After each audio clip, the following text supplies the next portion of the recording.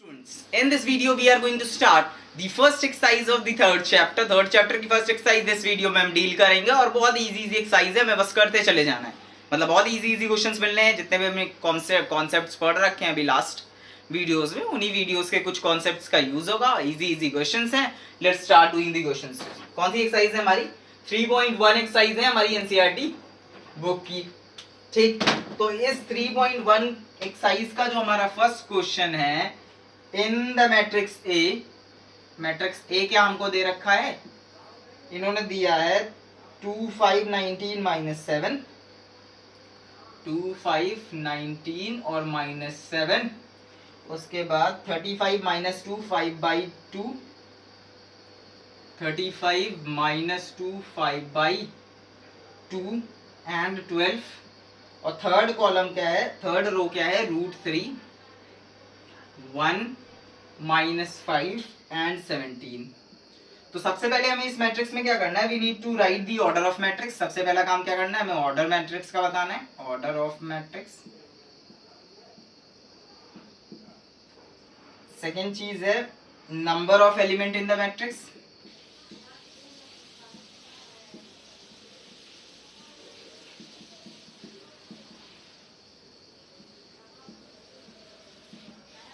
उसके बाद लास्ट चीज हमें बतानी है जो एलिमेंट्स इन्होंने दे रखे हैं, A13, A21, A33, A24।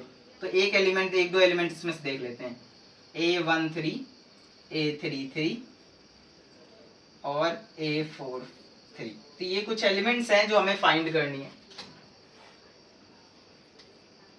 A34, तो ये कुछ एलिमेंट्स हैं हमें फाइंड करने हैं। तो इस क्वेश्चन में कंप्लीटली हमें करना क्या? हमें जस्ट हमने जो कॉन्सेप्ट पढ़े हैं उन्हीं कॉन्सेप्ट को रिवाइज करना है इस क्वेश्चन में। तो पहले हमें क्या बताना है? ऑर्डर बताना है इस मैट्रिक्स का। तो ऑर्डर का मतलब क्या होता है? हमें क्या बताना है? m क्रॉस n बताना है। तो m की वैल्यू यहाँ पे क्या है? कितने नंबर ऑफ रोज हैं इधर नंबर ऑफ रोज कितने हैं? 1 रो, 2 रो और 3 रो। तो यहाँ पे कितने रोज हैं? 3 रो। तो m की वैल्यू क्या आ गई? 3 आ गई। उसके बाद कितने कॉलम है? 1 कॉलम, 2 कॉलम, 3 कॉलम, 4 कॉलम। तो कितने रोज हैं इसके? 3 रोज हैं। और कॉलम्स कितने हैं? कॉलम्स 4 हैं। तो इसको हम कैसे, ऑर्डर ऑफ मैट्रिक्स क्या हो जाएगा?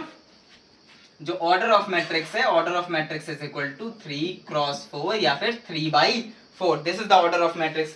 नेक्स्ट थिंग हमें क्या बतानी है? नेक्स्ट चीज हमें बतानी है how many elements are there in the matrix. इस मैट्रिक्स में कितने एलिमेंट्स हैं? तो काउंट कर लो, 4 4 4। तो कितने टोटल एलिमेंट्स में? 12 एलिमेंट्स है इस मैट्रिक्स में। तो हमारे इस मैट्रिक्स में 12 एलिमेंट है। उसके बाद हमारा जो ए फर्स्ट रो का थर्ड एलिमेंट क्या है? 19 है। लिख दो इसके नीचे 19 है। उसके बाद हमारा A33 थर्ड रो का थर्ड एलिमेंट कौन सा है? Third row third column, third row third column -5, third row fourth column 17। तो ये हमारे क्वेश्चंस का सॉल्यूशन हो गया। जो हमारा फर्स्ट क्वेश्चन है उसका सॉल्यूशन बस इतना था। हमें एलिमेंट्स फाइंड करने थे और हमने इंट्रोडक्शन पोर्शन में सारी चीजें सीख रखी हैं, तो हमारे लिए क्वेश्चन बहुत इजी था। नेक्स्ट क्वेश्चन देखते हैं। एलिमेंट्स हैं तो व्हाट 24 एलिमेंट्स हैं, तो what order it can have. तो उसका ऑर्डर क्या पॉसिबल है? अगर if it have 13 elements then what happened.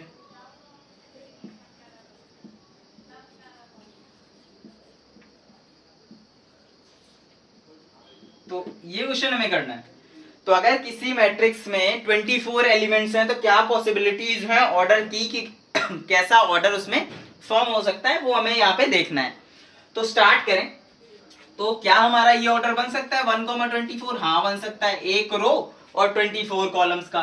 तो अच्छा 24 रोज एक कॉलम का भी ऑर्डर बन सकता है। ठीक, पहला ऑर्डर हमारा क्या हो गया? 1,24। दूसरा ऑर्डर क्या हो गया हमारा?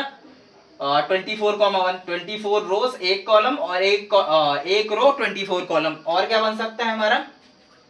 2 रोज 12 कॉलम और 12 रोज 2 कॉलम का।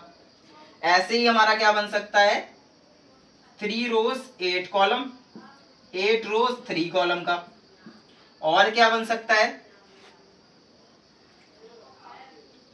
4 रोज 6 कॉलम का, 6 रोज 4 कॉलम का। और कोई पॉसिबिलिटी इधर हमें दिखाई नहीं दे रही। और कोई ऐसा नंबर नहीं है, और कोई ऐसी पॉसिबिलिटी नहीं है, और कोई ऐसा ऑर्डर नहीं है जिसमें हमारे 24 एलिमेंट्स अरेंज हो सके।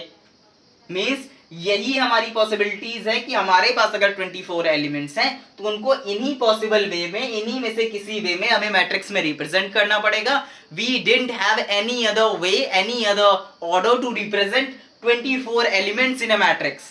एक मैट्रिक्स में 24 एलिमेंट्स को रिप्रेजेंट करने के लिए इन कितने तरीके हमारे पास? इन 8 तरीकों के अलावा हमारे पास कोई और पॉसिबिलिटी नहीं है। जो नेक्स्ट क्वेश्चन है इसी का, अगर हमारे पास 13 एलिमेंट्स हैं तो अगर हमारे पास 13 एलिमेंट्स हैं तो उसका ऑर्डर क्या हो सकता है? तो अगर हमारे पास 13 एलिमेंट्स हैं तो वो 13 एलिमेंट्स कभी भी एक रेक्टेंगुलर ऑर्डर्ड में अरेंज नहीं होंगे। और मैट्रिक्स क्या होता है? Matrix is a rectangular ordered arrangement of numbers and function. Matrix क्या है? Matrix is a rectangular ordered arrangement of number and function, and this 13 is do not create any rectangular ordered pair। कोई भी rectangular ordered pair नहीं बना रहा, मतलब ये 13 elements का कोई भी मैट्रिक्स हो ही नहीं सकता, तो उसका ऑर्डर भी नहीं हो सकता। अगर मैट्रिक्स ही पॉसिबल नहीं है तो ऑर्डर का कोई बात ही नहीं है। ठीक है, तो हमारा ये क्वेश्चन हो गया, क्वेश्चन नंबर 2 था। वैसे ही एक क्वेश्चन इन्होंने 18 के लिए दिया है कि अगर हमारे पास यहाँ पे 18 एलिमेंट्स हैं तो क्या पॉसिबिलिटीज है। क्वेश्चन नंबर 3 जो है हमारा वो 18 एलिमेंट्स के लिए दिया हुआ है। तो 18 एलिमेंट्स के लिए क्या पॉसिबिलिटीज होंगी? 18 एलिमेंट्स के लिए पहला 1,18 पॉसिबिलिटी होगा, 1 रो 18 कॉलम, उसके बाद 18 रो 1 कॉलम। ठीक है, ये 2 पॉसिबिलिटीज हो गई। फिर 2 रो 9 कॉलम, फिर 9 रो 2 कॉलम। ठीक है, ये पॉसिबिलिटी हो गई। फिर 3 रोज 6 कॉलम, फिर 6 रोज 3 कॉलम। तो ये जो 6 पॉसिबिलिटीज हैं, only these 6 possibilities are there when, जब हमारे पास एलिमेंट्स 18 हो, 18 एलिमेंट हो, तो हमारे पास यही केवल 6 पॉसिबिलिटीज हैं जिसमें हम किसी भी मैट्रिक्स को फॉर्म कर सकते हैं। Otherwise we didn't have any other possibility. Question number 4 देखते हैं। क्वेश्चन नंबर 4 क्या है? Construct a 2x2 order matrix. Fourth question में हमें 2x2 ऑर्डर की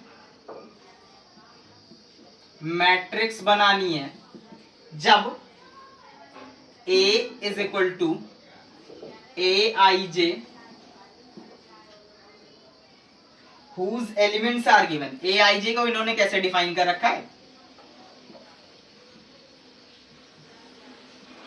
I प्लस जे का स्क्वायर बाई 2 करके, ये पहला पार्ट है इनका।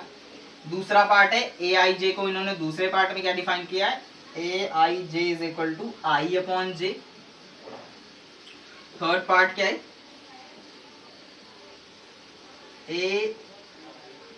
Aij is equal to I plus 2j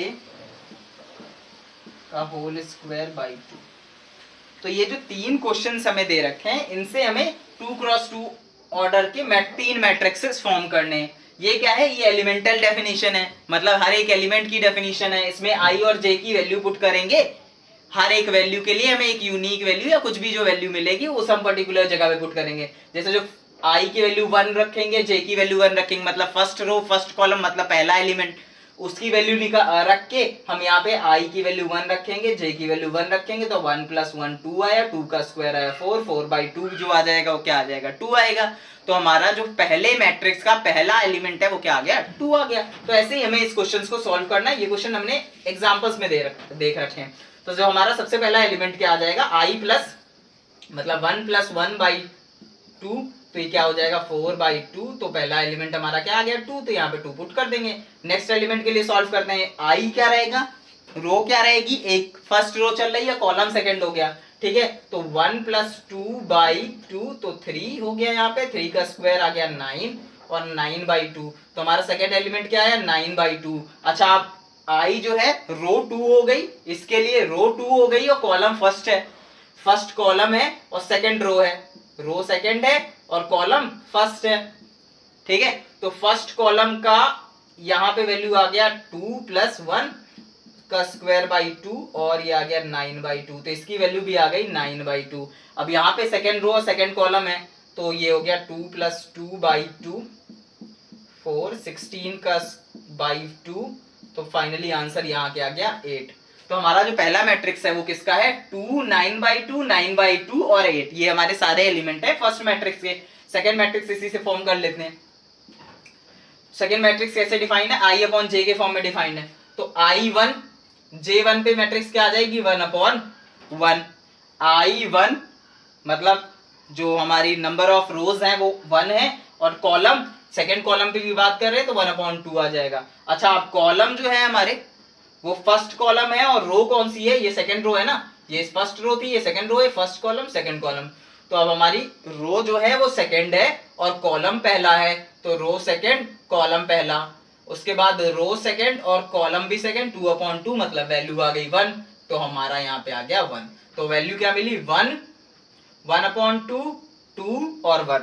तो ये हमारा सेकंड मैट्रिक्स आ गया। ऐसे ही हम थर्ड मैट्रिक्स का भी सॉल्व कर सकते हैं। यहाँ पे 1 और 1 पुट करेंगे, 1 2 पुट करेंगे, 2 1 पुट करेंगे और फिर 2 2 पुट करके वैल्यूज फाइंड कर सकते हैं। बहुत इजी सा क्वेश्चन है।